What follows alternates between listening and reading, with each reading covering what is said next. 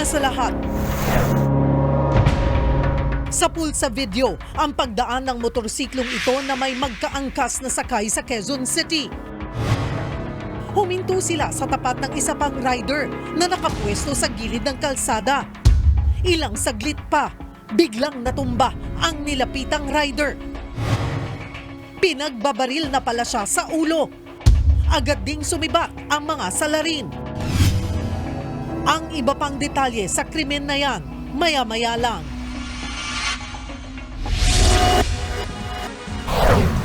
Narito na iba pang malalaking balita sa Frontline. Dalawang barkong pandigma ng China na ispatang umaaligid sa gitna ng Joint Maritime Patrol ng Pilipinas at Amerika sa West Philippine Sea. Mga nasabugan ng paputok, tumuntong na sa higit 500 ang ilan sa kanila na biktima pagkatapos ng salubong. Ilang commuter group nangangambang magdoble ang pamasahe sa jeep kapag natuloy ang PUV modernization. 450 billion pesos na dagdag pondo sa 2024 national budget para sa mga programang hindi naman prioridad kaya questionin ng ilang mambabatas sa Korte Suprema. Sa pulsa video, sangkaterbang basura itinatapon sa creek sa Cebu City. Nag-uumapaw namang supply ng carrot sa Baguio City, ibinibenta ng 10 piso kada kilo. Mag-asawa at 7 taong gulang nilang apo, patay sa landslide sa kasagsagan ng ulan sa Davao de Oro. Sekyu na umawat sa nagkakagulong mag-anak, siya pang sinaksak at napatay sa Silang Cavite. Isa pang sekyu sa Quezon City naman, arestado nang magpaputok ng baril nang walang lisensya sa pagdadala nito. Maraming lugar sa Western Visayas, lagpas isang buong araw ng brownout. At ang nakakakilig na live proposal sa Good Morning Kapatid. Yes po.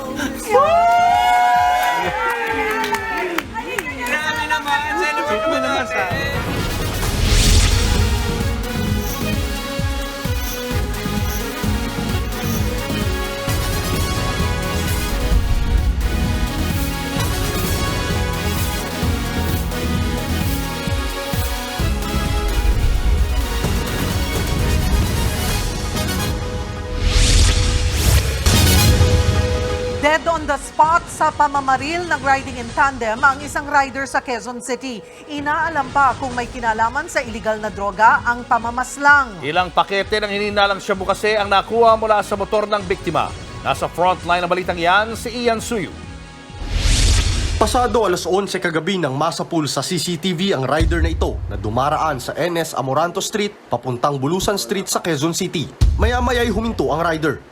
Sa isa pang anggulo, kita namang dumating ang motorsiklong itong may kaangkas na sakay. Dumaan din sila sa Bulusan Street hanggang sa tumigil sila sa harap ng naunang rider. Ilang saglit pa, biglang natumba ang rider habang agad namang humarurot ang magkaangkas. Pinagbabaril na pala ang rider. Dead on the spot ang biktima sa 3 tama ng bala sa ulo. May nakuha ring 2 basyo ng bala sa crime scene. Ayon sa isang security guard malapit sa lugar, inakala niya pang paputok lamang ang narinig niya nang mangyari ang krimen. May narinig lang ako sir na pumutok. 2 beses po. Tapos, hindi ko lang din siya pinansin sir kasi mahina lang po yung putok. Akala ko po 5 star lang po. Agad namang rumesponde ang mga opisyal ng barangay. Nagro-ronda po kami ng mga kasamahan ko, nagro-rubing, nang bigla na lang po may tumawag po sa aming constituent na may narinig daw po silang 2 putok. Pinuntahan po kaagad namin yung lugar at nakita po nga namin yung tao is nakatumba na po. Nung nakita po namin siya agad, hindi po namin siya mamukaan na residente po siya ng Barangay Salvacion. Tumanggi muna ang mga pulis na pangalanan ng biktima, pero 21 anyos daw siya at residente ng Pasay City. Nakakuha rin ng mga otoridad ng 2 pakete ng hinihinalang shabu mula sa compartment ng rider. Inaalam pa kung may kinalaman sa krimen ang nasabat na droga. Nagbabalita mula sa frontline. Ian Suyu, News 5. Umawat lang sa gulo pero siya pa ang pinagsasaksak. Yan naman ang sinapit ng isang gwardya sa Silang Cavite. Ang mga suspect, mga miyembro ng mismong pamilyang kanyang inawat. Nasa frontline ng balitang yan, si Dave Abuel. Sakay ng isang stretcher, tulong-tulong ang mga rescuer na ilipat ang labi ng lalaking to sa isang body bag sa Barangay San Vicente 2 sa Silang Cavite, madaling araw nitong bagong taon. Ito ang kinahinatnan ng 36 anyos na security guard na si Joel Escaros. Base sa investigasyon, umawat si Escaros sa isang gulo ng mag-anak na nagiinuman sa isang eskinita. Bilang security guard, siguro mandato niya na sawayin o alamin kung ano po nangyayaring kaguluhan po. Ayon sa mga pulis, sinaksak si Escaros ng mag-amang sina alias Dondon at alias Christian. Habang ang magtiyuhin na sina alias Angelo at alias Patrick, hinawakan ng biktima sa dalawang braso para di siya makapalag. Tumulong din daw ang kaibigan nilang si alias Flores para di makapalag si Escaros. Sa investigasyon ng mga pulis dito sa eskinitang ito nangyari ang pananaksak sa biktima. Dalawa daw ang posibleng ginamit na armas dahil magkaiba ang sukat ng mga stab wounds. Nakitaan ng 4 na saksak sa katawan ang biktima. May dalawa po dito sa dibdib at may dalawa din po sa tiyan po. Hindi po namin na-recover po yung weapon use. Agad namang nadakip si alias Angelo noong araw ding yun. Ano po yung nagawa ng yung mga kasama namin, hihingi ko ng tawad. Sumuko naman si alias Patrick kahapon, pero iginit niyang wala siyang kinalaman sa krimen. Kaya raw siya sumuko ay para linisin ang kanyang pangalan. Umawak po ako, sir, pero hindi ko po pinigilan niya para hindi siya makalaban. Nangangamba naman para sa kanilang kaligtasan ang dating kinakasama ng biktima, lalo't patuloy pang tinutugis ang 3 sa mga sospek. Sana sumuko ka na. Makonsensya ka kasi 4 yung bata na tinanggalan mo ng tatay. Araw-araw nila naiisip yung ginawa mo. May kaanak pang naandyan, siyempre, lalo sa mga apo ko, kasi laging nasa labas yan. Makakako, ano man sa mga apo ko gawin ng kalokohan, kawalang yaan. Maharap sa reklamang murder sina alias Angelo at Patrick. Nagbabalita mula sa frontline, Dave Abuel, News 5. Arestado ang isang gwardiya sa Quezon City na nagpaputok ng baril sa bisperas ng bagong taon. Napag-alaman ding wala pala siyang lisensya para magdala ng baril. Nasa frontline ng balitang yan, si Ian Suyu. Sa kulungan sinalubong ng gwardyang ito ang bagong taon matapos umanong magpaputok ng baril sa Quezon City sa bisperas ng bagong taon. Base sa investigasyon, sa labas ng barracks ng isang warehouse nagpaputok ang 44 anyos na suspect. Wala namang tinamaan ng ligaw na bala malapit sa lugar. Agad naman siyang isinumbong ng isang residenteng nakarinig sa putok ng baril. Lumalabas na nakainom ang suspect. Pagdating doon sa sinasabing area, nakita namin tong suspect na later on nakilala namin na si Boy. May nakasukbit na baril dito sa kanyang tagliran. Nung una, itsura pa lang mukhang nakainom o under influence ng alak. Nakuha mula sa gwardya ang kalibre 38 revolver na kargado ng 4 na bala. Napag-alaman ding wala siyang lisensya para magdala o magmay-ari ng baril. Giit naman ng gwardya, hindi niya raw alam na bawal magpaputok ng baril. Sa akin po, sir, na pinaputok talaga po yung kala ko, katulad din sa Davao, na pili ka sa lupa mapuputok, dito sa Manila pala, na bawal pala po. Na-inquest na ang suspect na mahaharap sa reklamong indiscriminate discharge of firearms at paglabag sa Comprehensive Firearms and Ammunition Regulation Act. Nagbabalita mula sa frontline, Ian Suyu, News 5. Patay ang isang senior citizen sa Quezon Province matapos mawala ng kontrol at tumagilid ang sinakyan niyang jeep. 2 naman ang patay sa salpukan ng 2 van sa Nueva Vizcaya. Nasa frontline na balitang yan si JC Cosico. Tulong-tulong na inaalalayan ng mga tao ang sugat ng lalaking ito para makaupo sa police mobile. Ang iba naman nagkakagulo habang nasa gilid nila ang isang tumagilid na jeep. Ano ba ito nangyari? Base sa investigasyon, papunta sana sa bayan ng Sariaya, Quezon ang mga sakay ng jeep para makipaglibing. Pagdating sa bahagi ng National Highway sa bayan ng San Francisco, nahirapan ang driver dahil matarik ang daan hanggang sa nawalan siya ng preno at nagdire-diretso hanggang sa mahulog sa gilid ng kalsada. Lumalabas na overloaded ang jeep na may 26 na pasahero. Agad na isinugod sa ospital ang mga sakay ng jeep pero nasawi ang 80 anyos na lola. Sugatan naman ang driver at ang 25 pang sakay ng jeep. Nauwi naman sa aregluhan ng insidente.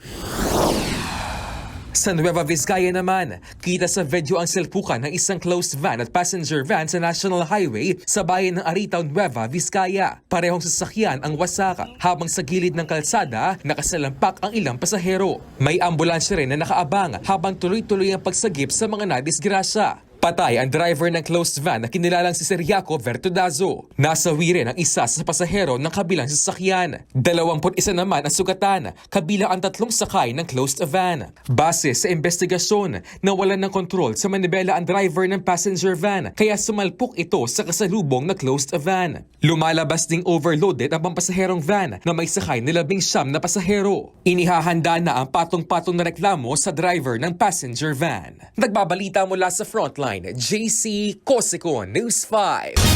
Wala pa rin kuryente ang ilang bahagi ng Western Visayas, partikular sa Panay Island mula pa kahapon.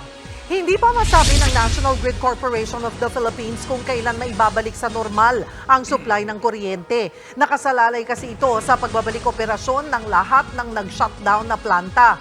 Kaninang hapon, nasa 243 megawatts pa lang ng kuryente ang available sa power grid ng Western Visayas. Pero 300 megawatts dapat ang kailangan para maging stable ang supply. Iniimbestigahan na rin ng Energy Regulatory Commission ang sunod-sunod na pagpalya ng mga planta. Pero sabi ng NGCP, naiwasan sana ang ganitong aberya kung mas maraming source ng kuryente sa Panay. Kung maganda sana yung supply within Panay at nawala yung 83, pero there are other big plants that will carry that 83 megawatts na nawala. Posibleng hindi nangyari to sa Panay Island. Yung generation niya within the island is barely enough to meet its own consumption. Gusto namang paimbestigahan ni Iloilo City Mayor Jerry Treñas ang NGCP sa Kamara. Dapat daw panagutin ng ahensya kung mapatunayan na nilabag nito ang mandato sa kanilang prangkisa. Umakyat na sa higit 500 ang nabiktima ng paputok sa buong bansa. Ayon sa ilang doktor, marami pa rin napuputukan ngayon dahil sa inuubos na paputok pagkatapos ng salubong. Nasa frontline ng balitang yan si JC Cosico. Tapos na ang bagong taon. Pero hanggang kahapon, may mga naputukan pa ring isinugod dito sa Jose R. Reyes Memorial Medical Center sa Maynila. 4 ang nadagdag na firecracker-related injuries sa ospital kahapon. Kaya nasa 100 na ang naputukan sa ospital. Mostly po parang nanonood lang po ng firework, tapos natalsikan, yung isa pong patient nanonood lang siya, tapos natalsikan siya sa ulo, or natalsikan po sa extremity. Kasi yung iba po kasi parang nag-uubos pa ng paputok. Naitala na rin ng DOH ang pinakabatang na biktima ng paputok ngayong taon. Isang lalaking sanggol na 10 buwang gulang mula Metro Manila ang naputokan ng kwiti sa kanang mata na may magsindi sa kanilang bahay. Pinakamatandang biktima naman ang 77-year-old na lolo sa Ilocos Region dahil sa whistle bomb. Napasok ng ating whistle bomb na sinindihan ng ibang tao sa bahay. Isa itong lolo na nagkaroon ng burns. Ang dalawang yan, bahagi ng 140 na bagong kaso ng mga naputukan mula kahapon hanggang kaninang umaga. Kaya sumatotal, umabot na sa 557 ang bilang ng mga nabiktima ng paputok sa bansa. Pinakamataas na yan mula pa noong 2017 na may 469 cases. Target ng DOH na mabababa ang mga kaso sa susunod na taon. Community fireworks display na lang. Something that we want to work on in the coming Christmas 2024 and New Year 2025. We have 1 year ahead of us. Itong number na to na nakita natin, wag nating hayaang tumaas uli. Wala namang bagong biktima ng stray bullet o ligaw na bala, kahit na may inilalabas na datos na ang PNP. There is a validation process. Sometimes kasi the bullet injuries could actually be because of legitimate police operations. Ibig sabihin, merong kriminal at authorized use of force kinailangan gumamit ng barel. Ngayong tapos na ang bagong taon, binabantayan ng pagdami ng mga matetetano na isang uri na impeksyon. Ang ating fireworks kasi merong component niya na gumagamit sila minsan ng manure, ng dumi, ng hayop. So isipin nyo yung mikrobyo galing doon, pumapasok doon sa pulbos na hinahalo doon sa paputok. Kahit gaano kalaki yung ating sugat, maliit man o malaki, yan ay pwedeng pumasok yung bakterya na yan. Kaya kung nasugatan dahil sa paputok, mainam daw na dumiretso agad sa ospital. Nagbabalita mula sa Frontline, JC Cosico, News 5. Malalagay sa alanganin ang mga OFW kapag hindi naresolba ng administrasyon ang problema sa pagpopondo umano sa mga terorista. Posible raw kasi na ma-blacklist ang Pilipinas sa Financial Action Task Force gaya ng Iran at North Korea. Nasa frontline ng balitang yan, si Maricel Halili. Inutusan ni Pangulong Bongbong Marcos ang Anti-Money Laundering Council na habulin ang mga nasa likod ng money laundering at counter-terrorist financing sa Pilipinas. Kasunod ng sectoral meeting sa Malacanang kahapon, target ngayon ng administrasyon na matanggal na ang Pilipinas sa gray list ng Financial Action Task Force o FATF sa Oktubre ng taong ito. 18 deficiencies o issue sa mga hakbang ng bansa kontra money laundering ang tinukoy ng task force, kaya tayo nasama sa gray list. Ang problema, nung Enero pa pala ng 2023 ang binigay sa ating deadline, pero hanggang ngayon, hindi pa natutugunan ang lahat ng deficiency. May 8 pa raw na natitira. Kabilang na rito ang pagkontrol sa casino junkets, prosecution o pagpaparusa sa mga sangkot sa money laundering at terrorism financing. Kapag hindi ito natugunan, nanganganib ang Pilipinas na mapasama sa blacklist gaya ng Iran, North Korea at Myanmar. Malaking dagok din ito para sa overseas Filipino workers. As the remittances of the OFWs, there will be increase in cost, more requirements, stringent requirements, or sometimes the risking, or sometimes the transactions may be denied or disapproved. We don't want that to happen, so all government agencies are aiming to address those deficiencies. Posible rin daw maapektuhan ito ang credit rating ng Pilipinas at ang mga investor na pumapasok sa bansa. It might also affect foreign direct investments in the Philippines because if you don't exit the gray list, they might think that our AML-CTF system is not adequate enough or sufficient enough or strong enough as regards money laundering and terrorism financing. 3 action items ang inilatag ng AMLAC para solusyonan ito. Una ay ang pagtukoy sa mga persons of interest o yung mga posibleng terrorist at terrorism financiers. Pangalawa ay ang pag-iimbestiga ng law enforcement agencies. At pangatlo ay ang pagsasampa ng kaso sa mga taong sangkot sa terrorism financing. Self-imposed deadline ng AMLAC ay bago matapos ang Enero ngayong taon. Nagbabalita mula sa Frontline, Maricel Halili, News 5. 6 na araw bago ang traslasyon, binindisyonan kanina ang mga replika ng imahe ng Poong Nazareno at nagkaroon din ng prosesyon.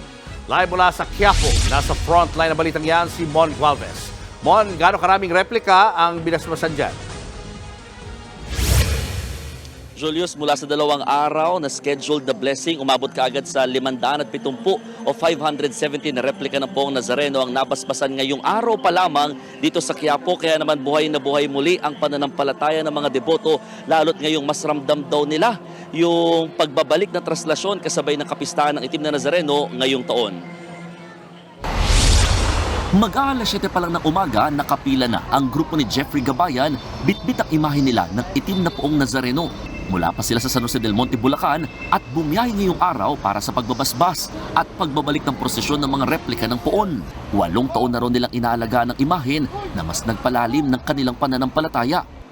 Habang buhay na siguro itong banata namin sa Nazareno. Marami siyang patuto sa pamilya namin. Kahit na maraming dagok na dumating sa buhay, tuloy lang ang agos ng panata sa Nazareno. Nakilala ko rin ng 16 anyos na si Alex Senco Jr. mula Malabon na unang beses may sasali sa prosesyon ng mga replika ang inaalagaan niyang poon. Regalo ro ito ng kanyang mga magulang, lalo't kay Nazareno sila kumapit nang magkasakit si Alex dahil sa mahinang baga. Sa pakiramdam na may bantay, may kasama. Lahat po ng inihiling namin natutupad na kahit paano po, nabibigay niya po.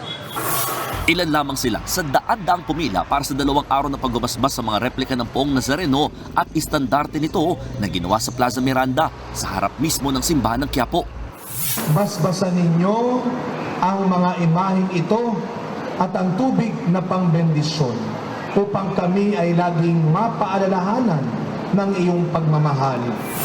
Ang bawat imahen may iba't ibang bihis at laki. Meron nakasakay sa kotse, tricycle o di kaya truck. Ang isa ngang ito, ginawang hugis tradisyonal na jeepney pang andas. Gitnang simbahan, mahalaga ang pagbebendisyon. Higit sa lahat, huwag nating kalilimutan, ang binabasbasan ay hindi lamang ang imahen, kundi ang tao na nagmamay-ari ng imahen na yon, kundi ang tao na siyang humihingi ng pagpapala. Matapos ang pagbabasbas, inikot ang mga imahen mula Carriedo patungong Avenida, diretso sa Quezon Boulevard at pabalik sa Quiapo Church. Sa record ng organizers ng Nazareno, umabot sa 570 na imahe ng poon ang nabasbasan ngayong araw. Mas inaasahan pa rin na darami yan bukas kung saan mas malalaking grupo nakatakdang dumalo. Kasabay nito, inanunsyo ng simbahan ng Quiapo na magpapatupad sila ng one entrance, multiple exit policy simula sa Biyernes. Ibig sabihin, papayagan na lamang pumasok sa simbahan ng mga deboto mula sa Villalobos Street, habang palabas naman sa Evangelista Street, Plaza San Juan at Quezon Boulevard. Maigpit din daw ang ipatutupad na seguridad sa mga magsisimba. Nasa 15,000 pulis naman na nakatakdang i-deploy sa traslasyon sa January 9. Ipatutupad din ang no-fly zone at signal jamming sa mga lugar na daraanan ng traslasyon. Sa ngayon, naka-full alert status na ang NCRPO dahil sa traslasyon. Tuloy-tuloy din ang monitoring ng mga otoridad. There are no major threats, but again, palagi kong inuulit, even in the absence of such threat, we always prepare for the worst.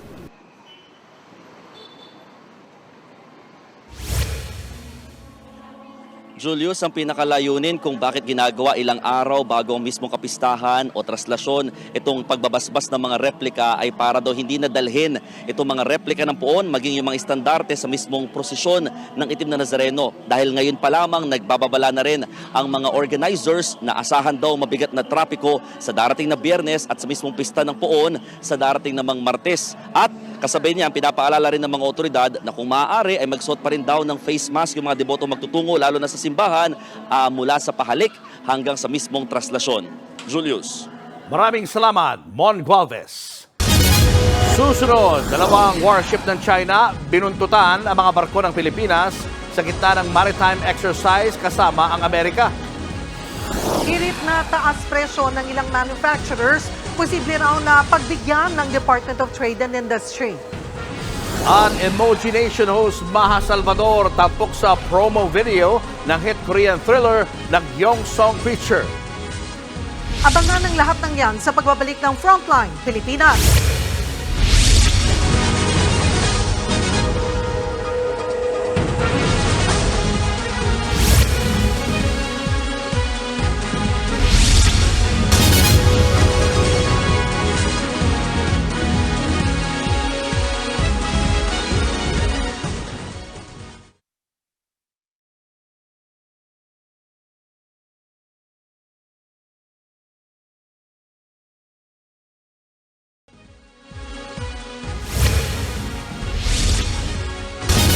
Nakatakdang ipetisyon ni Senate Minority Leader Coco Pimentel sa Korte Suprema ang 400 billion pesos na unprogrammed funds na dinagdag ng Kongreso para sa 2024 national budget. Anya, unconstitutional ang ginawa ng kanyang mga kapwa mambabatas. Nasa frontline ng balitang yan si Mean Los Baños. Kahit pirmado na at epektibo na ang 2024 national budget, determinado si Senate Minority Leader Coco Pimentel na questionin sa Korte Suprema ang 450 billion pesos na isiningit sa unprogrammed appropriations ng national budget. Ang unprogrammed funds ay karaniwang nakalaan sa mga hindi prioridad na programa. Yun nga lang, wala pang tukoy na pagkukunan para sa pondong ito at mailalabas o marirelease lang ang pera kung may sobrang pondo ang gobyerno. Kung orihinal na National Expenditures Program o NEP ng DBM kasi ang titignan, halos 282 billion pesos lang ang hinihingi nilang unprogrammed funds ngayong taon. Pero sa bicameral conference ng Senado at Kamara, dinagdagan pa raw ng mga mambabatas ng 450 billion pesos ang naturang pondo para isubmit at papirmahan sa Pangulo. Kaya sa pinal na 2024 General Appropriations Act o GAA, 731.4 billion pesos na ang unprogrammed funds. higit doble sa orihinal na plano. Kaya lumalabas daw, nasa 6.4 trillion pesos na ang budget ngayong taon, imbis na 5.7 trillion pesos lang dapat. Ayon pa kay Pimentel, pangatlong taon nang dinadagdagan ng Kongreso ang unprogrammed funds, kaya may kinakausap na raw siyang taga-kamara para samahan siyang maghain ng petisyon sa Korte Suprema. Dahil malinaw na paglabag daw ito sa konstitusyon, lalo't presidente lang ang pwedeng mag-request kung magkano ba dapat ang unprogrammed appropriations. So parang nasi-circumvent din yung idea na supplemental budget. So meron palang mahalagang gagastusan. Meron naman palang available na pera. Bakit natin ilalagay ngayon sa unprogrammed at gagawin mong conditional na? Proper way to do it is to enact a supplemental budget. Depensa naman ni House Ways and Means Committee Chairman Joey Salceda, walang illegal sa dinagdagan na unprogrammed funds. Sumangguni raw kasi sila sa DBM at kinumpirma nitong hindi bahagi ng fiscal program ang unprogrammed appropriations. Ibig sabihin, hindi labag sa konstitusyon kung dagdagan ang pondo rito dahil hindi raw ito kasama sa appropriated budget na nirekomenda mismo ng Pangulo. Sa ngayon, target daw ni Pimentel na maihain ng reklamo sa lalong madaling panahon. Kung manalo, pwede raw ideklara ng EC na unconstitutional ang buong 2024 budget o kaya naman ang ilang bahagi lang nito gaya ng 450 billion pesos na unprogrammed funds. Sakaling madeklarang unconstitutional ang buong 2024 budget, pwede naman daw magpatupad ng reenacted budget. Dito, ang naipasang budget noong 2023 ang siyang susundin. Nagbabalita mula sa Frontline, Mean Los Baños, News 5. Posibleng pagbigyan na raw ng Department of Trade and Industry ang hirit na taas presyo ng ilang manufacturer. Mahigit 60 pangunahing produkto ang nakaambang magmahal. Nasa frontline ng balitang yan, si Shaila Francisco. Hawak-hawak ang cellphone. Abala sa pagkukwenta si Charito habang nag-grocery sa Mandaluyong kanina. Napagastos man ng Pasko at Bagong Taon, nakapagtabi pa rin naman daw siya kahit paano ng budget pang grocery. Ang challenge, mapagkasya ang 2,500 pesos hanggang 15. Inaano ko yung budget namin na hanggang umabot pa ng sweldo. Kasi sa hirap, sa laki ng bilhin ngayon, tapos ang lit-lit ang sahod, kulang na kulang talaga. Kaya tipid talaga. Ang kalbaryong yan ni Charito mukhang magtutuloy-tuloy sa mga susunod na buwan. Dahil 18 manufacturer ng higit 60 produkto ang humihirit ng taas presyo sa kanilang suggested retail price o SRP mula pa ng isang taon. Sa mga pagkain at inumin halimbawa gaya ng sardinas, canned goods, instant noodles, tinapay at kape, naglalaro sa 25 centavos hanggang mahigit 7 pesos ang gusto nilang itaas. Bukod pa yan sa hirit na dagdag presyo sa toilet soap, baterya at kandila. Matatandang umapela ang Department of Trade and Industry sa manufacturers na wag munang magtaas hanggang matapos ang 2023. Kaya ngayong Enero, baka pagbigyan na raw sila ng DTI. Siyempre, isinasapuso natin yung consumer protection. Pero sa kabilang banda, inaalala din natin ang mga concerns ng mga manufacturers kasi hindi naman biro yung mga dahilan nila. Kasi kung maiipit ang mga manufacturers, yun nga ay matatamaan ng mga trabaho.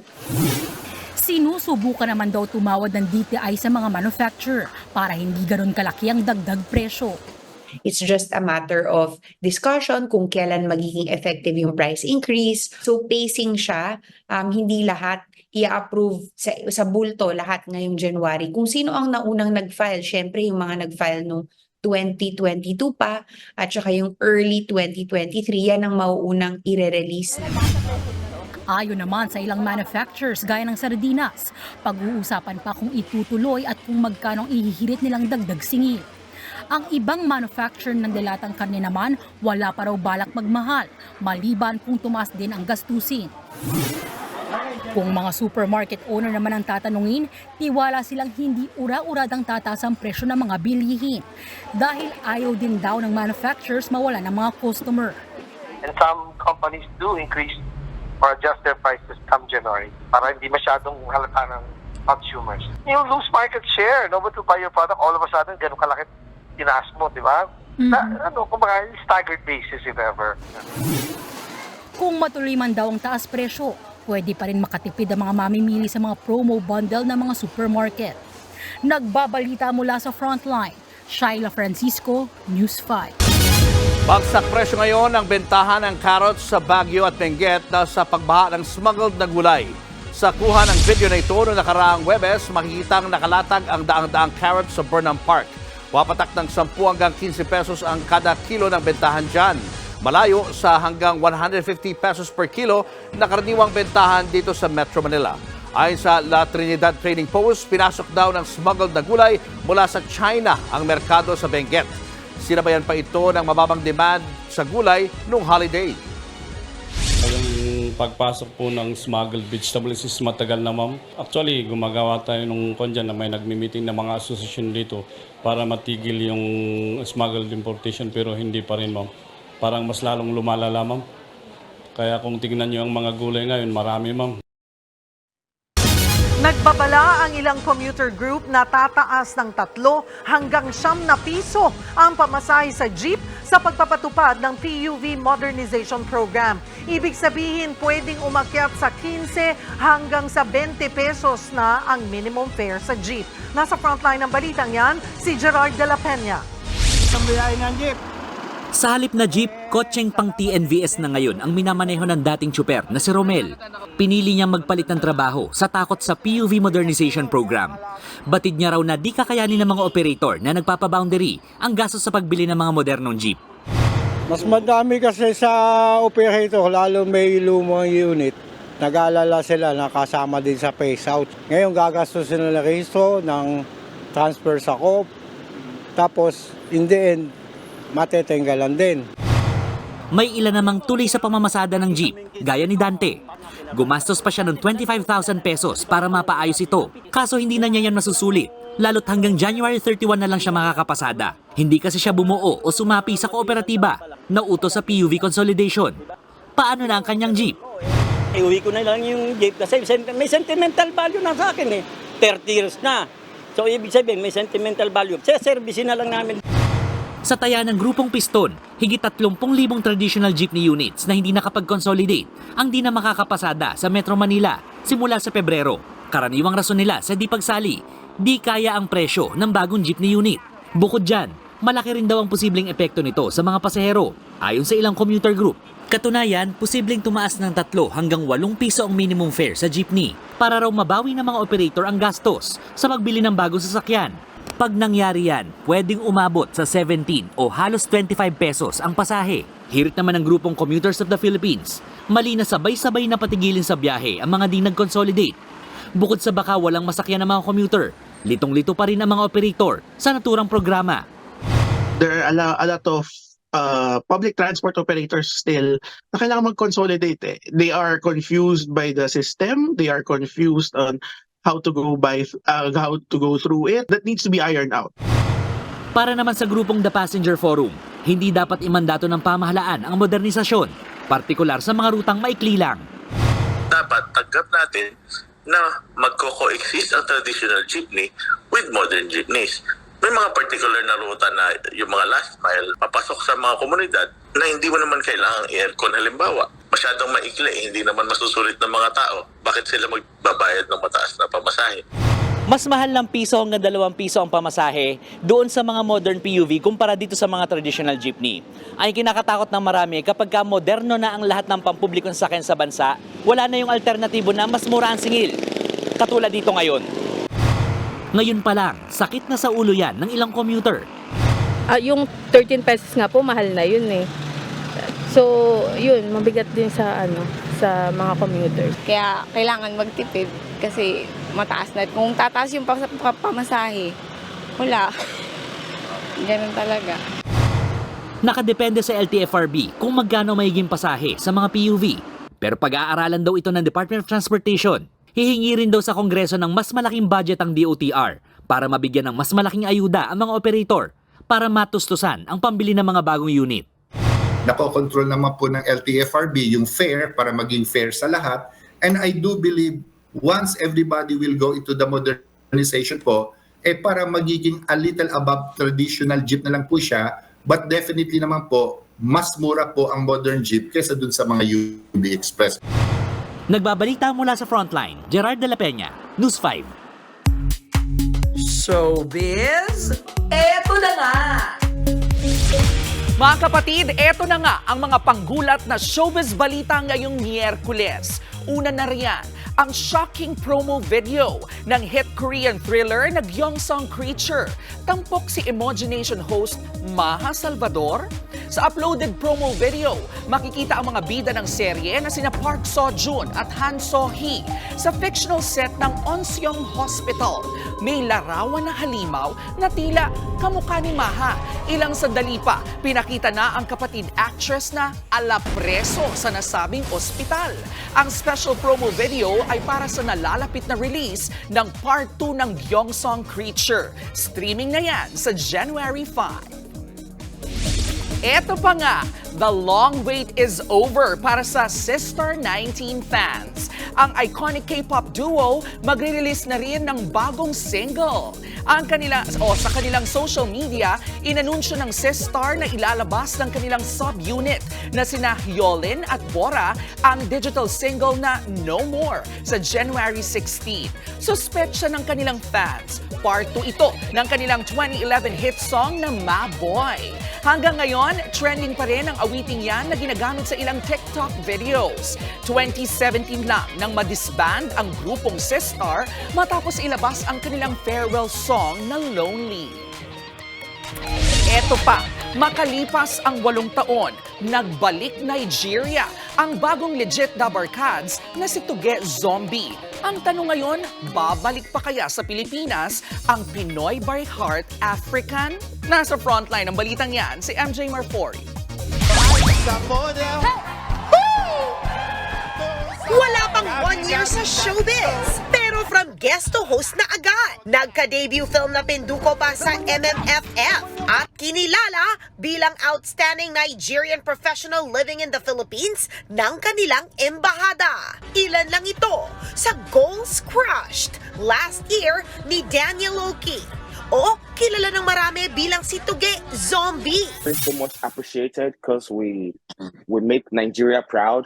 Kasi a lot of times people know Nigerians or Nigeria as a bad place for different stuff, but I came out and I stand out to make Nigeria also proud. So they're very happy. Masaya talaga sila. They really appreciated me and appreciated my effort. And speaking of Nigeria, after 8 long years, umalis na rin si Zombie sa Pilipinas para umuwi sa kanilang probinsya doon na Ekiti. Sinurpresa niya raw ang mga magulang na hindi alam anong petsa siya darating o kung kailan ba nila makikita ang anak. It's a happy trip. Actually, masayang-masaya to. At dahil enjoy na enjoy siya sa kanyang hometown at naging madrama ang kanyang airport video paalis ng Pinas. Ang tanong, uuwi ka pa ba daw ba ng Pilipinas? Yun yung tanong ng mga tao. Ang daming tanong, ang daming tao, naghahanap si Zombie, ang daming tanong sa social media ko, sa messages ko, sa lahat. Pero actually, hindi ko masabi, pero babalik ako sa Pinas, siyempre. Kailan? Actually, malapit na. It's just in next 2-3 days. I'm there already. Nandun na ako. Uuwi naman pala!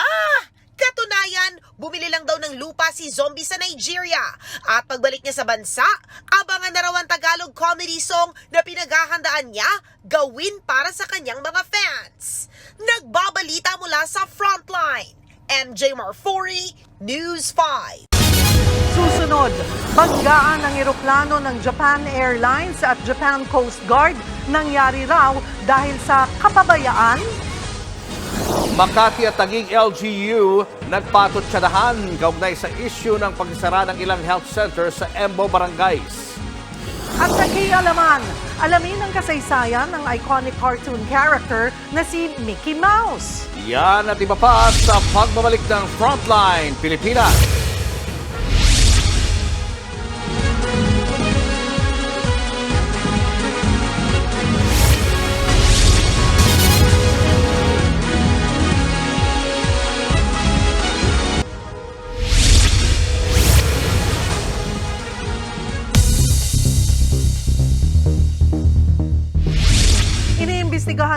ang sanhi ng banggaan ng aircraft ng Japan Airlines at ng kanilang Coast Guard. Posibleng may nagpabayaraw kaya nagkadisgrasya. Nasa frontline ng balitang yan, si Camille Samonte. Napuno ng sigawan at iyakan ang Japan Airlines Flight 9201 pagdating sa Haneda Airport sa Tokyo kahapon. Natataranta sila sa pagkapal ng usok sa loob ng eroplano na nasusunog matapos makabanggaan ng aircraft ng Japan Coast Guard na maghahatid dapat ng ayuda sa mga nilindol. Mabilis din silang inilikas makalipas ang ilang minuto. Pagbaba ng mga pasahero, kanya-kanya silang takbo palayo sa naglalagablab na eroplano. Mabuti na lang nakaalis ang higit 370 pasahero dahil saglit lang. Nilamon na ng apoy ang dambuhalang Airbus 350 aircraft. Sinubukan pa yang apulahin ng mga bombero pero wala silang laban sa napakalaking apoy. Inabot ng 6 na oras yan, kaya tuluyang natupok ang eroplano bago naapula ang apoy. Kaninang umaga, hindi pa rin inaalis ang wreckage sa gitna ng runway. Ininspeksyon ito ng Japanese police para makakuha ng ebidensya para sa investigasyon. Hindi pa rin malinaw ang sanhi ng banggaan kung saan 5 Coast Guard crew ang patay. Sinisilip din daw ang posibleng professional negligence o kapabayaan. Malaki raw ang posibilidad na human error ang rason ng insidente. Lumalabas kasi na nasa runway daw ang aircraft ng Japan Coast Guard bago maglanding ang eroplano ng Japan Airlines. Iisang eroplano lang ang pinahihintulutan sa runway. Bukod sa investigasyon ng Japan Police, may hiwalay na pagsisiyasat din ng Japan Safety Transport Board. Hawak na raw nila ang flight recordings ng 2 aircraft na nalalaman ng mga pag-uusap ng lahat ng crew. Ngayong hapon naman, target maalis ang nasunog na Japan Airlines plane sa runway. Nagbabalita mula sa frontline, Camille Samonte, News 5. Tiniyak ng gobyerno ng Japan na hindi apektado ng plane crash sa Tokyo ang paghahatid ng ayuda sa mga biktima ng lindol. Umakyat na rin sa higit 60 ang patay sa pagpapatuloy ng mga pagyanig. Nasa frontline ng balitang yan si Gerard de la Peña. Mas lumaki at lumalim pa ang bitak sa mga kalsada sa Noto Peninsula sa Ishikawa Prefecture sa Japan. Maging ang mga bahay na winasak ng lindol, mas napinsala pa. Resulta yan ng panibagong serye ng malalakas na lindol na yumanig sa lugar kaninang umaga. Ayon sa Japan Meteorological Agency o JMA, di bumababa sa magnitude 5 ang lakas ng mga bagong pagyanig. Sa kabila niyan, patuloy ang search and rescue operation. Aminado ang mga otoridad na pahirapan ito dahil di nila mapasok ang ilang lugar bunsod ng mga nasirang kalsada. Sagabal din daw ang malalakas na aftershocks na dagdag peligro ang dala sa mga rescuer. Kalaban din nila ang matinding lamig ngayong winter sa Japan. Sa huling tala, umakyat na sa 64 ang patay sa malakas na magnitude 7.6 na lindol nitong New Year. Deadliest earthquake na ito sa Japan mula noong 2016. Higit 53,000 residente naman ang lumikas dahil sa dobleng banta ng lindol at tsunami. Ayon kay Japanese Prime Minister Fumiko Kishida, walang patid ang pagdadala nila ng ayuda sa mga lilindol. Tiniyak din nilang hindi mapapatid ang pag-aabot ng tulong matapos masangkot sa banggaan sa Tokyo ang Japan Coast Guard aircraft na may dalasan ng ayuda. Sa ngayon, walang magawa ang mga residente kundi maghintay ng tulong. Paubos na rin kasi ang supply ng pagkain sa mga tindahan dahil sa dami ng may kailangan. Kasalukuyan din ang assessment ng Japan government sa mga gusaling napinsala ng lindol, partikular sa Wahima City na isa sa pinakanapuruhan ng lindol. Pati na rin sa mga coastal areas na halos winalis ng tsunami, nakitang-kita sa satellite images. Ang atin namang Department of Migrant Workers, kinumpirma na walang nasaktang Pinoy sa Japan. Pero halos 1,200 apektadong OFW ang bibigyan ng financial assistance. Bagamat wala raw sila sa sentro ng lindol, maaaring apektado pa rin ang kabuhayan nila. Any other prefectures that are near, kasi di ba ang tsunami warnings and advisories all throughout the western coastline. So posibleng may adversely affected along that entire western coastline area from Nagasaki down south up to Hokkaido up north.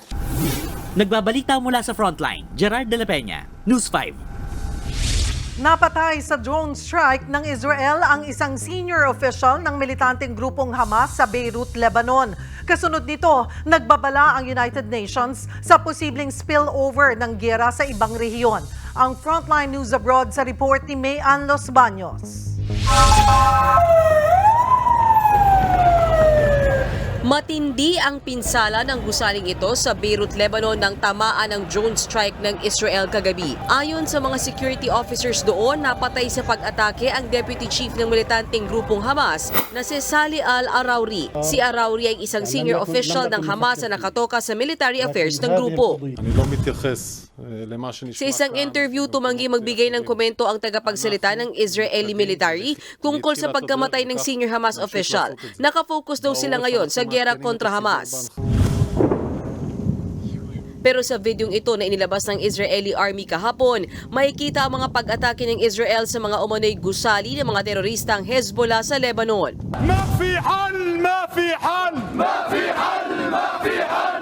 Matapos balitaan ang pagkamatay ng senior Hamas leader na si Arauri, kabi-kabilang ikinasang protesta sa buong West Bank. Daan-daang Palestinian ang sumama, dala-dala ang watawat ng Hamas.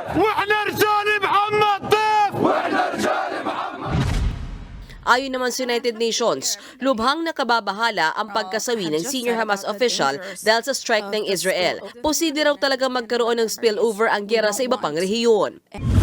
Sa ngayon, patuloy ang mga airstrike ng Israel, partikular sa Khan Yunis. Tinamaan na nga ang headquarters ng Palestinian Red Crescent kung saan may ilang mga nasawi at sugatan. Ayon sa mga otoridad, higit 200 Palestinian ang namatay sa mga pag-atake ng Israel simula kahapon. Kaya umakyat na sa higit 22,000 ang death toll sa Gaza Strip, ayon sa kanilang health ministry. Nagbabalita mula sa Frontline, Mayan Los Baños, News 5.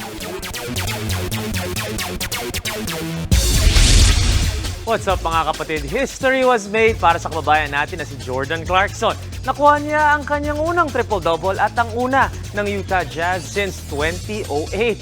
Off the bench, ni-record ni Clarkson ang triple-double at nanalo din sila kontra Dallas Mavericks 127-90. Nagtala ang Phil-Am ng 20 points, 11 assists at 10 rebounds. Una din ito na off-the-bench triple-double ng isang Jazz player since 1983. At para pa sa mga Philippine basketball fans dyan, maglalaro si Superman Dwight Howard para sa bayan.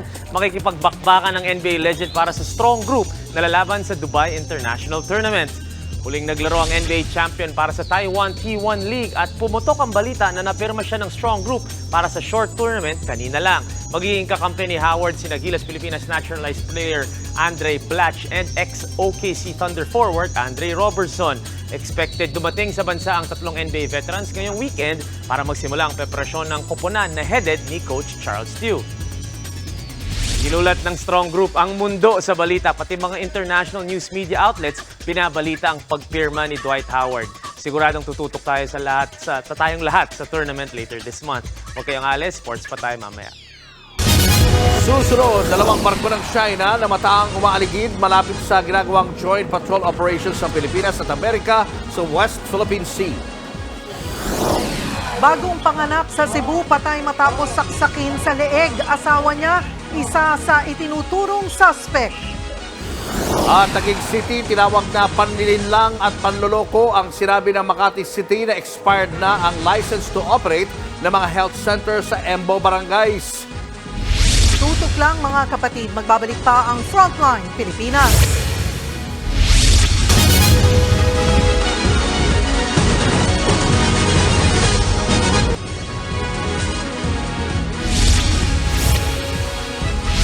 Ipinagkakait daw na Makati City ang health services sa mga taga-Embo Barangay. Yan ang akusasyon ng Taguig matapos isara ng Makati ang mga health center sa Embo Barangays. Nasa frontline ng balitang yan si Brian Basa. Inikot ng News 5 ang ilang health center sa mga Embo Barangay na dating Makati City pero sakop na ngayon ng Taguig. Sarado ang mga health center kaya sa iba muna nagpapacheck up ang mga may sakit na residente. Sa pahayag na inilabas ng Taguig, tinawag nilang panlilinlang at panloloko ang sinabi ng Makati City na expired na ang license to operate ng mga health centers sa Embo Barangay kaya kailangan na nila itong ipasara. Giit ng Taguig, hindi naman kailangan ng lisensya ng mga health center maliban na lang kung isa itong registered primary care facility.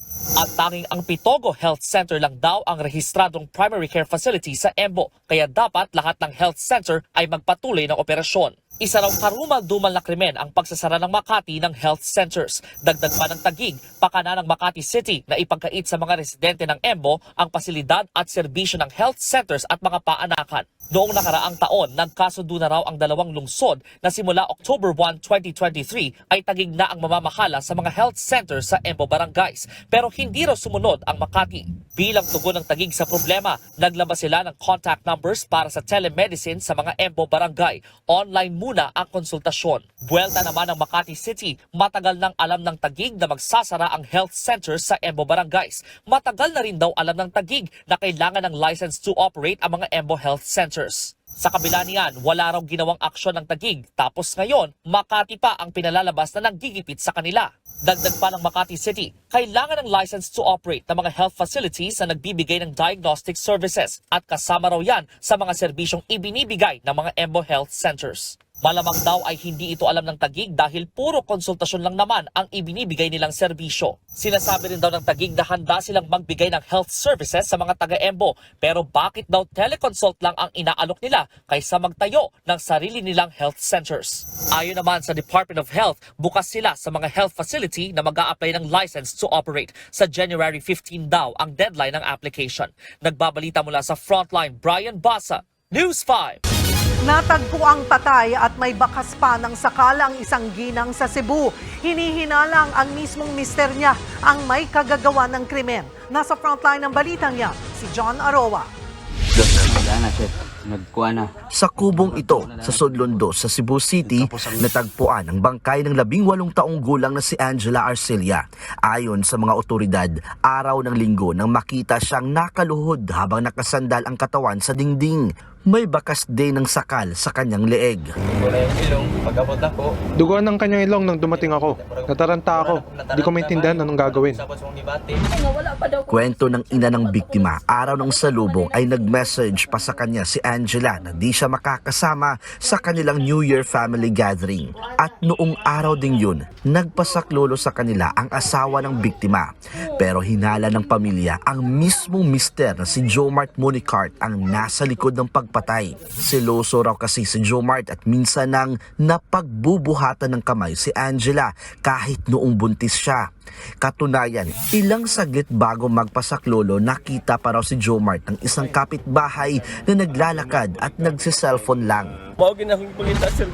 Yung hinahanap ko, gusto ko mabigyan ng hustisya ang pagkamatay sa anak ko.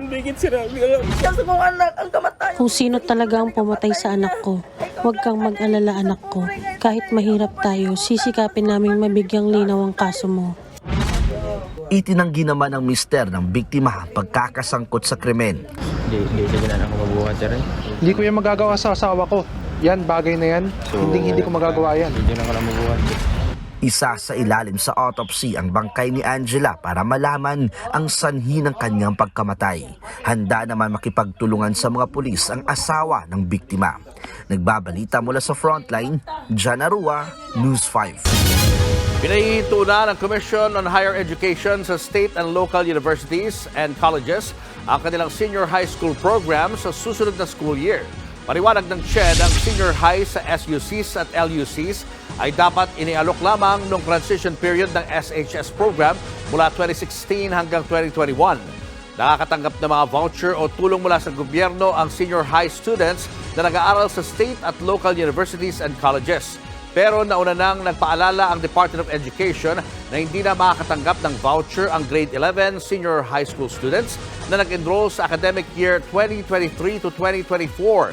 Ibig sabihin, ang grade 12 students na nag-aaral sa SUCs at LUCs ang huling batch na may voucher mula sa DepEd. Nasa 114 SUCs at LUCs sa bansa ang nag-aalok ng senior high school program.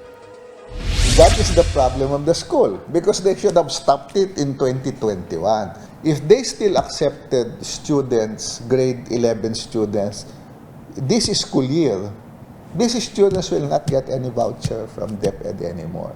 So the Board of Regents has to decide, how do we pay for the cost of these students? That's not for CHED to decide. That's a responsibility and accountability of the Board of Regents.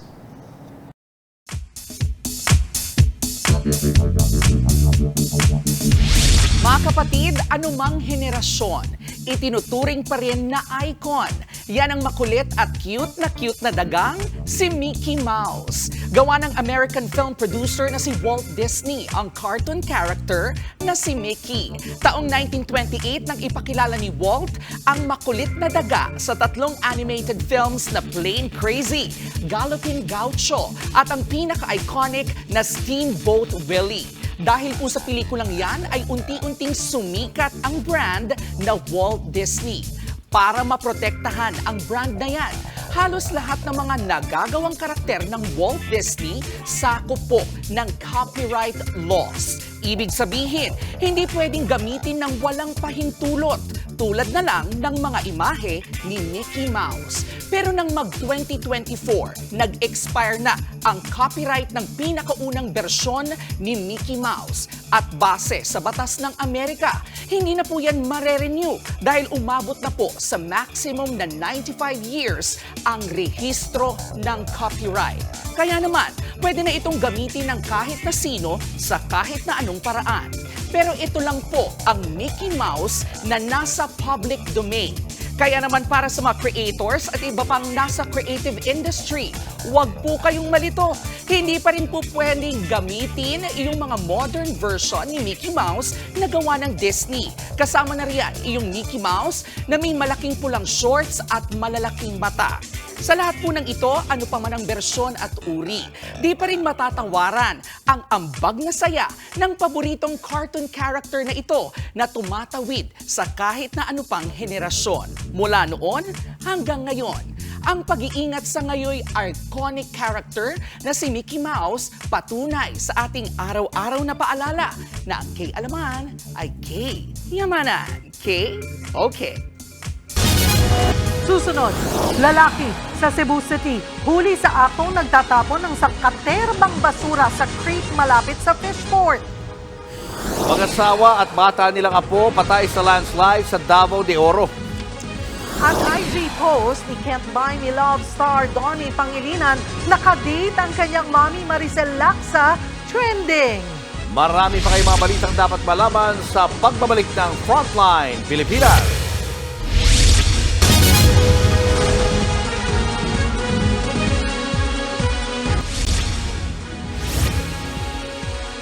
Papayagan na ang pag-wiretap sa mga individual na pinaghihinalaang terorista sa ilalim ng anti-terror law at maging sa mga grupong idiniklara bilang terrorist group. Pero dapat may pahintulot yan mula sa Court of Appeals. Nasa frontline ng balitang niya, si Marlene Alcaide. Inilabas na ng Korte Suprema ang mga panuntunan para sa pagpapatupad ng kontrobersyal na Anti-Terrorism Act of 2020. Isa sa mga inilatag dito ay ang surveillance sa mga grupong idineklara ng Court of Appeals bilang terorista at maging sa mga individual na sospek o pinaghihinalaang sangkot sa mga krimen sa ilalim ng anti-terror law. Ayon sa rules na inilabas ng Korte Suprema, maaari lamang makinig o mag-wiretap, mag-record, mangolekta at mag-intercept ng pribadong komunikasyon at data ang law enforcers at military personnel kung mayroong written order mula sa Court of Appeals o CA. Pero ayon sa Korte Suprema, hindi maaring isama sa surveillance ang komunikasyon ng mga abogado at kanilang mga kliyente, mga doktor at kanilang pasyente, mga journalist at kanilang mga source at maging ang confidential business communication. Hanggang 60 araw ang bisa ng surveillance order na ilalabas ng CA. Maaari namang maaresto ng walang arrest warrant at ma-detain ng hanggang 14 na araw ang mga individual na sospek sa paglabag sa anti-terror law. Yan ay kung may authorization ng Anti-Terrorism Council. Maaari ring i-extend ng Regional Trial Court ang detention na yan ng bukod na 10 araw. Pwede naman maghain ng petisyon sa Court of Appeals ang mga individual para ipatanggal ang kanilang designation bilang terorista. Sa CA rin dapat magpasaklolo ang mga individual na may mga ari-ari ang ipinag-utos ng Anti-Money Laundering Council na i-freeze, dahil sa posibleng terrorism activities. Umabot sa 37 ang mga petisyon laban sa anti-terror law, pero malaking bahagi ng batas ang idineklarang constitutional ng Supreme Court. Ang isa sa mga kumontra laban sa batas na si Atty. Nery Colmenares, nangangamba pa rin kahit pa may inilabas na rules ang Korte Suprema. Grabe ang chilling effect niyan sa opposition. Kasi the moment na i-threaten ka lang ng arrest for 24 days, or i-threaten ka lang na i-freeze yung assets mo, medyo matakot talaga ang maraming mga dissenters, activists, or opposition. Pwede silang, yun ang purpose matakot silang mag-exercise ng constitutional rights nila. Pero para sa Department of Justice, walang mali sa mga panuntunan. We agree with the rules. This is a good development, the Anti-Terrorism Act of 2020, as opposed to its predecessor na walang ipin. Wala naman pong chilling effect. Pero in this case, sa Section 4, klarong-klaro naman po kung ano talaga ang terorismo at kung ano talaga ang bawal. Nagbabalita mula sa Frontline, Marlene Alcaide, News 5. Patay ang mag-asawa at kanilang 7 anyos na apo nang matabunan ng landslide ang kanilang bahay sa Davao de Oro. Nasa frontline na balitang yan si Mon Gualvez. Sira-sira ang bubong at haligi ng bahay nito sa Barangay Palok sa bayan ng Maragusan, Davao de Oro. Natabunan ng lupa ang bahay kasunod ng landslide alas 3 ng madaling araw kahapon. Ang mga gamit sa loob, nagkalat at balot sa putik. Sa kasamaang palad, patay ang lahat ng nakatira sa bahay. Kabilang ang mag-asawang Jesus at Lucita Emihio, pati ang 7 taong gulang nilang apo na si Benji. Lahat sila natutulog sa loob ng bahay nang mangyari ang trahedya. Kwento ng kapitbahay na si Daday, malakas daw ang ulan kahapon ng madaling araw nang mangyari ang landslide. Nakarinig ako na parang may landslide. Malakas ang tunog, parang may sumabog. Inilawan ko, pagkita ko, doon na, papunta na ang mga lupa sa kanilang bahay. Nagulat naman ang kaanak ng mga biktima nang malaman ng trahedya. Nakasama pa raw nila ang mga biktima nitong pagsalubong sa bagong taon. Nanawag na akong pag-umangkon. Tinawagan ako ng pamangkin ko na patay na silang lahat. Sabi ko, bakit? Anong nangyari? Nadisgrasya raw. Tulog na tulog daw sila. Wala ring nakarescue ng mga kapitbahay nila. Sa ngayon, nakaburol na mag-asawang biktima. Inilibing naman kaagad kaninang umaga ang 7 anyos sa si Benji alinsunod sa tradisyong Islam. Sinagot na ng lokal na pamahalaan ng lahat ng gasto sa burol at pagpapalibing. Sa datos ng LGU, halos 100 landslide ang naitala sa bayan ng Maragusan nitong pagpasok ng bagong taon. Bunsod yan ng 2 araw na pag-ulan dulot ng masamang panahon. May isang barangay ang nanatiling isolated dahil sa mga gumuhong lupa. Sa ngayon, patuloy ang mga road clearing operations sa lugar. Nagbabalita mula sa Frontline, Mon Gualvez, News 5. Mga kapatid, nagprotesta ang ilang KBL fans para sa hindi kabigatang parusa na binagsak sa import na involved sa injury ni Renz Abando. Dumalaw ang fans sa headquarters mismo ng liga kung saan may dala silang truck na may LED screen na nagpakita ng mga mensahe nila para sa mga officials. Ayon sa mga fans, dapat pinoprotektahan ng liga ang kalagayan ng kanilang players, kaya dapat mas mabigat ang naging parusa kay Chinanu Onwaku. Ilang injury ang nakuha ni Abando sa mid-air collision at expected siyang mag-miss ng at least 4 weeks para makarecover. Na-fine lang ng 3 million won ang import at na-warn ang mga game officials para sa insidente. At tuloy ang player movement sa PVL. Ang latest, pumirma para sa Akari Chargers si volleyball star Gretchen Soltones. Naglaro para sa Petrogas Angels the past 3 years ang former Lady Stag kung saan naging malaking parte siya ng kanilang success.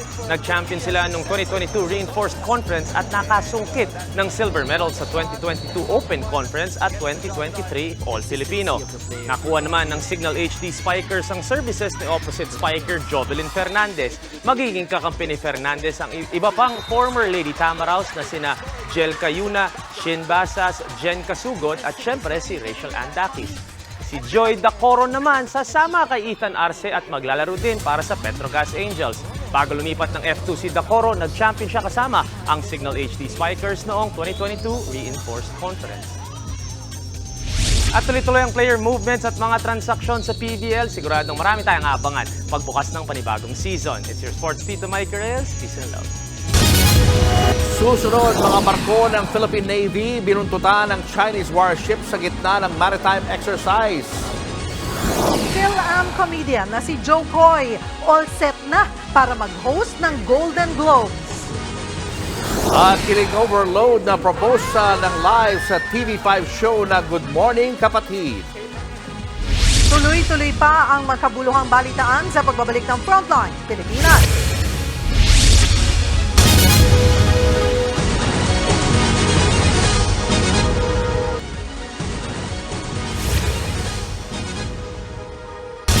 Binuntutan ng dalawang barkong pandigma ng China ang mga barko ng Philippine Navy sa West Philippine Sea.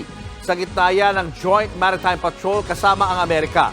Nasa frontline na balitang yan si Brian Castillo. Mag-alas 8 ng umaga kanina nang unang magtagpo sa bahagi ng West Philippine Sea ang tatlo sa mga barko ng Philippine Navy, ang BRP Davao del Sur, BRP Gregorio del Pilar at ang sinasakyan ng News 5 na BRP Ramon Alcaraz. Nagsama-sama ang mga barko para sa ikalawang Maritime Cooperative Activity o ang Joint Patrol kasama ang Amerika. Habang hinihintay na salubungin ng mga sasaling US Navy vessel, nagsimula ng luminya ang mga barko ng Pilipinas. Ang senaryo, kunwaring naghahanda ang mga ito para sa isang combat operation sa karagatan. Sa gitna nito na mataang may umaaligid na dalawang Chinese warship malapit sa Joint Operations Area. Ayon sa Philippine Navy, ang Chinese Destroyer 174 at Chinese Frigate 570 ng People's Liberation Army Navy ang aming nakita. Nag-radio challenge ang sinasakyan naming BRP Ramon Alcaraz para questionin ang pananatili ng Chinese warships sa loob ng Exclusive Economic Zone o EEZ ng Pilipinas. 5 beses niradyohan ng ating militar ang pinakamalapit na barko ng China. China Warship 174, this is Philippine Navy Warship 16 in accordance with international and Philippine national laws. You are within Philippine Exclusive Economic Zone. You are not responding. Your refusal to respond will be reported to concerned authorities. Over.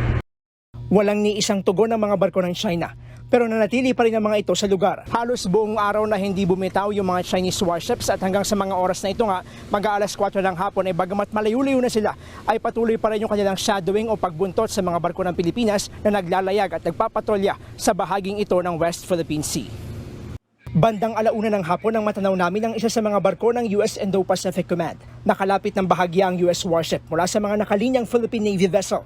Bagamat hindi kita mula sa aming barko, ay nasa paligid lang din daw ang iba pang mga barko ng Amerika. Pero tila hindi nagpasindak dito ang dalawang Chinese warship at patuloy lang sa pagbuntot sa mga naglalayag na barko ng Pilipinas. Sa kabila niyan, hindi naman ito naapektuhan ang isinasagawang Joint Maritime Patrol.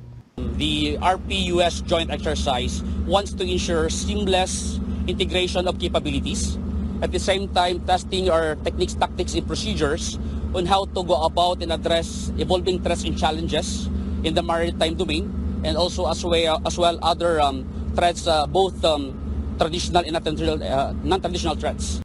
Kasunod ng insidente, binigyang diin ng Armed Forces of the Philippines na susunod sila sa rules of engagement sa mga sitwasyong may iligal at mapanganib na panghihimasok ang anumang bansa sa gitna ng anumang maritime exercise. Naniniwala raw sila sa pagresolba ng tensyon sa mapayapa at diplomatikong paraan. Pero nakahanda raw ang AFP na tumugon sa anumang agresibong pagkilos kung kinakailangan. Bukas magpapatuloy pa ang ikalawang araw ng Maritime Cooperative Activity ng Pilipinas at Amerika sa West Philippine Sea. Nagbabalita mula sa Frontline, Brian Castillo, News 5. Sa pool sa video ang walang habas na pagtatapon ng basura ng isang lalaki sa dagat sa Cebu City. Nasa frontline ng balitang niya, si John Aroa. Huli sa akto ang lalaking ito na walang pakundangang tinapon ang isang banyera ng basura sa gilid ng dagat malapit sa isang fishport sa Barangay Pasel, Cebu City. Viral sa social media ang videong yan na kuha ng isang concerned citizen itong linggo. Sa harap yan ng isa sa pinakamahabang tulay sa buong bansa, ang Cebu Cordova Link Expressway o CCLEX. Sinubukang hanapin ng News 5 kanina ang lalaki sa video pero hindi naman siya nakita. Ayon sa mga kakilala niya, ang pagtatapon ng basura ang kabuhayan na raw ng lalaki. Binabayaran daw siya ng mga walang oras magtapon ng basura. Ayon sa mga residente, regular naman na may kumukuha ng basura sa kanilang lugar. Yun nga lang. Mga tao dyan, kapitbahay namin, tamad magtapon ng basura, kaya nagbabayad sila, papatapon sa basura nila. Yun naman yung nagpapatapon, basta pag may pera, kaya kinukuha yung, kahit wala yung truck, kaya tinatapon sa dagat.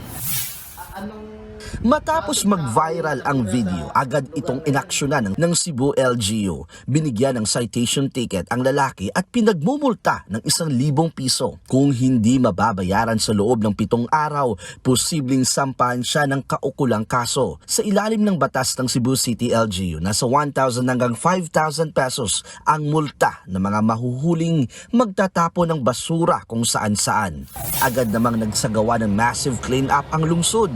Tunet-tunuladang basura ang nakuha sa mga kanal at dagat. Aminado naman ang Environment Office ng Cebu City na kulang sila sa mga pasilidad na pagtatapunan ng basura. Hindi rin kasi ganyan tayo karami yung facilities natin with regards sa proper solid waste management. No?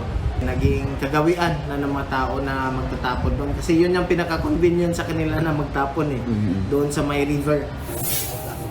Palalagyan na raw ng LGU ng bakod ang pinagtapunan ng basura sa video. Plano rin nilang itaas sa 3,500 pesos ang pinakamababang multa sa mga lalabag. Nagbabalita mula sa Frontline, John Arua, News 5. Showbiz, eto na nga! Mga kapatid, eto na nga, handa na sa pag-host ng isa sa pinakamalaking awards night sa mundo, ang PhilAm comedian at aktor na si Jokoy.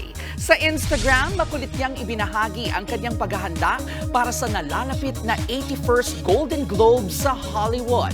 Si Jokoy ang kauna-unahang Pinoy na mag-host ng Golden Globes sa kasaysayan.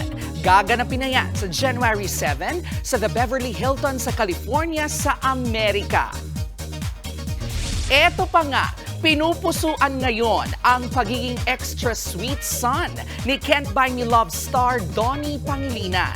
Ang latest update niya kasi for this year, ang kanyang date kasama ang kanyang mommy na si Maricel Laksa Pangilinan.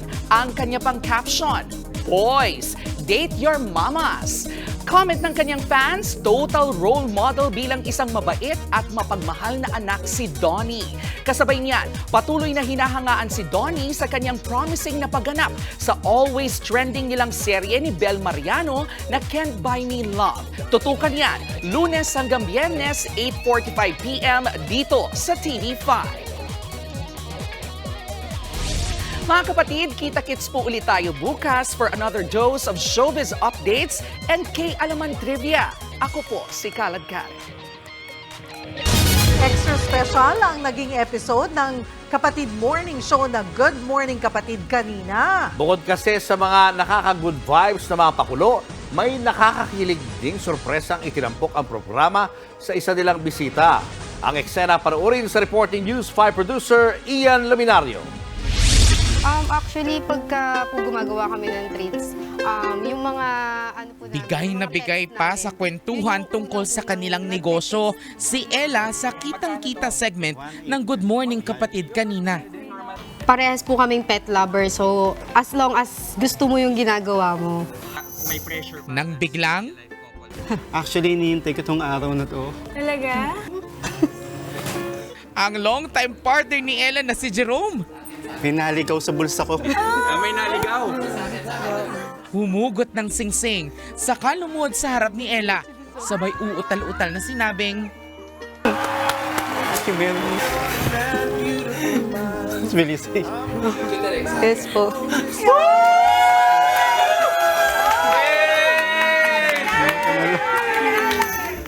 Ang proposal ni Jerome para kay Ella ginawa on national TV. Ang bongga! Kwento ni Jerome, mag-iisang dekada na silang magkarelasyon ni Ella. Sa panahong iyon, marami na silang napagdaan ng pagsubok at saya. Actually, this is the right time kasi decade nga yung tinitingnan ko. Nagkaanak kami agad. Taon na, lalo pagkabiroan, nakakakita kami nag-viral, mga videos, makakakilala namin. Saka deserve niya talaga. Sa tagal nilang magkasama, madalas na raw nababanggit ni Ella kay Jerome ang pagpapakasal. Pero itong si Jerome, lagi namang sumisegue sa mga sagot na banat. Nagulat ako kasi nagbibiru-biruan lang kami. Hindi ko talaga ina-expect kasi kilala ko siyang kilala ko siyang palabiro. So pagka sinasabi, magpo-propose na ba ako sa'yo? Sabi ko, puro ka ganyan. Sabi ko, Puro yata gano'n. lang kasi ko. Hindi mo naman tinototoo. Kaya naman na mag-propose ng kasal si Jerome, binonggahan niya na talaga. All for the love naman sa caring at sweet niyang partner in life at ina ng kanilang anak. Kahit na lagi kami nagtatalo, na ko naman na going strong, hindi naman nawawala yan sa pamilya. So, ayun, sana mas lalo pa kaming tumatag. Mahal ko siya, mahal ko sila, mahal na mahal. Target ni na Jerome at Ella na magpakasal na next year. Ngayon pa lang, congratulations Jerome at Ella! Nagbabalita mula sa Frontline, Ian Luminoyo, News 5. Uy, best wishes! Yes. Ella and Jerome!